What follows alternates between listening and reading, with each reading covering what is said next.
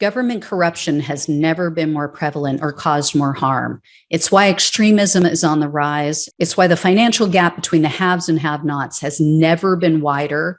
And it's why our planet is at risk of an extinction level tragedy. That's why I need your help to keep exposing the truth about the rot on both sides of the aisle. Become a supporter or a friend of the show today by clicking on the coffee link in the description box below. Friends of the show join me on a Zoom hangout once a month, and you guys can ask me any questions you want, and I can get to know you better. But the most important reason to help is to keep the show alive. Together, we can and will save our country and our planet. Thanks in advance and enjoy the show. Yeah, what I would ask these people in return is, what would you say would justify a father choking his child? Yeah, what trying to literally choke her to death? What do you think she did that could have justified something like that? And I can always tell. A ridiculous question. It really is. And I always know, like, I'm dealing with a completely different worldview. And next is, why didn't you leave sooner? And it usually is. Yeah. Or you're dealing with someone who was abused and they have justified it in their own mind of, oh, it was my fault. Yeah. There's a lot of that. And they still haven't gotten out of that victim mentality. Yeah. My parents used to treat me like that. Yeah. And look at you. Yeah. You know, like, you still. Yeah. You know, I feel for you. I mean, my mom had more resources available to her with her family, but she was very much secluded from them for the first like 15 years of my life. So even longer for her, you know, he'd be really isolated her from her family. Yeah, and I had family too. Yeah, but I was so separated from them almost right away.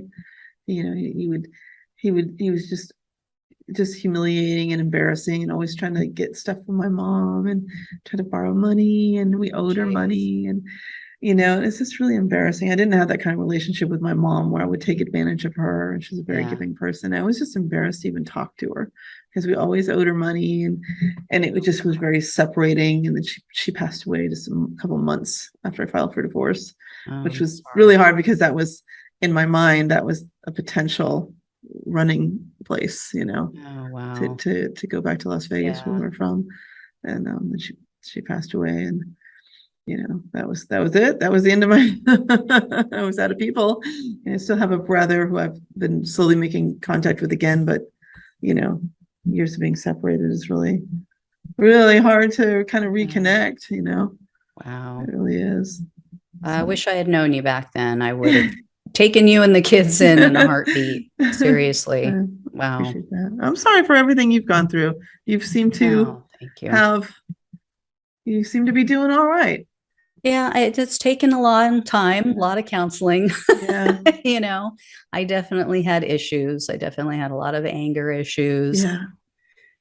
Took it out on all the wrong people, and, you know, went through life with my fists up, and, you know, I'm still a fighter, but at least I'm not fighting the wrong people now, and I'm not not hurting people for no reason. So I feel like my kids have a pretty complicated mess to deal with, you know. Yeah. I'm sure they have a lot of anger at me, but they try not to express it. And, you know, it's like a combination of they're happy I got out and got out with them, but I'm sure there's some bitterness there. Yeah. And I had that toward my mom, you know, I really did. And I think the best thing you can do is just accept responsibility without excuses. That's, you know, that's what I wanted from my mom. Was just for her to say, yes, it was wrong. I should have left, and I should have figured out a way and left it at that. And, you know, at least the one thing I promised my kids, I would never pull the, I did the best I knew how to do. Like I promise I will never say that. I did a lousy job, you know. You did have a lot more on your plate. I mean, but, you know, by the time I was a teenager, I told my mom I'll get a job. I mean, we had my aunt and my cousin were willing to take us in. So it would have just been my mom and my younger brother and I, because my older brother was out on his own. And I said, I'll get a job after school. You know, you can go work, and, you know, after school, I'll go to work. And we'll make it happen. We will have a roof over our head. I mean, we had some options. Yeah. And she still wouldn't leave. But Yeah. I was yeah. so in so much fear. But my big fear was that he would take the kids. And that was such a huge thing. I think, I mean, I think it was a real fear, but I think I just really, I let that control me. Every second of every day was the fear of, you know, the fear of losing the kids. And then he would control the kids with a lot of, he made sure everybody had these huge giant dogs. Everybody has their own giant dangerous dog. And then he would torment them with, if you ever call the police, first thing the police will do is shoot the dog. So that was a huge, and it also made it so, how do you go somewhere, Yeah. you have like, sheep and chickens and like 6 dogs. And yeah, it's not like you can just go rent a place. Yeah. And you can't, the dogs are the only thing the kids had, the only comfort they had in their lives, and, so you can't leave, and you certainly can't leave him alone with animals. So it's just, I mean, those things could have been done. It just would have been hard. And those are things that make you put things off for another day and another day. And years go by, Yeah. So no, it's totally understandable. I mean, and like you said, your mom passed. Then what do? You got to come up with first and last month's rent. Yeah. And I mean, things have been going up and up and up. And and he kept all the money sequestered from you. So I mean, it's, oh boy. Like I said, anybody who questions it hasn't lived it, doesn't understand.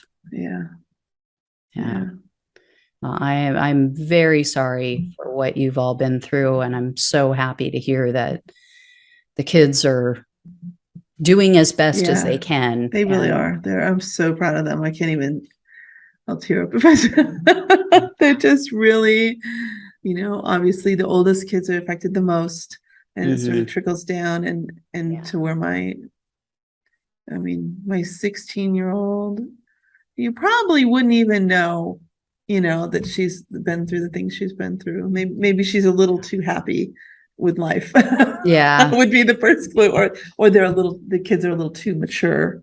Maybe you get that vibe sometimes, like they're, they see things from a different perspective. When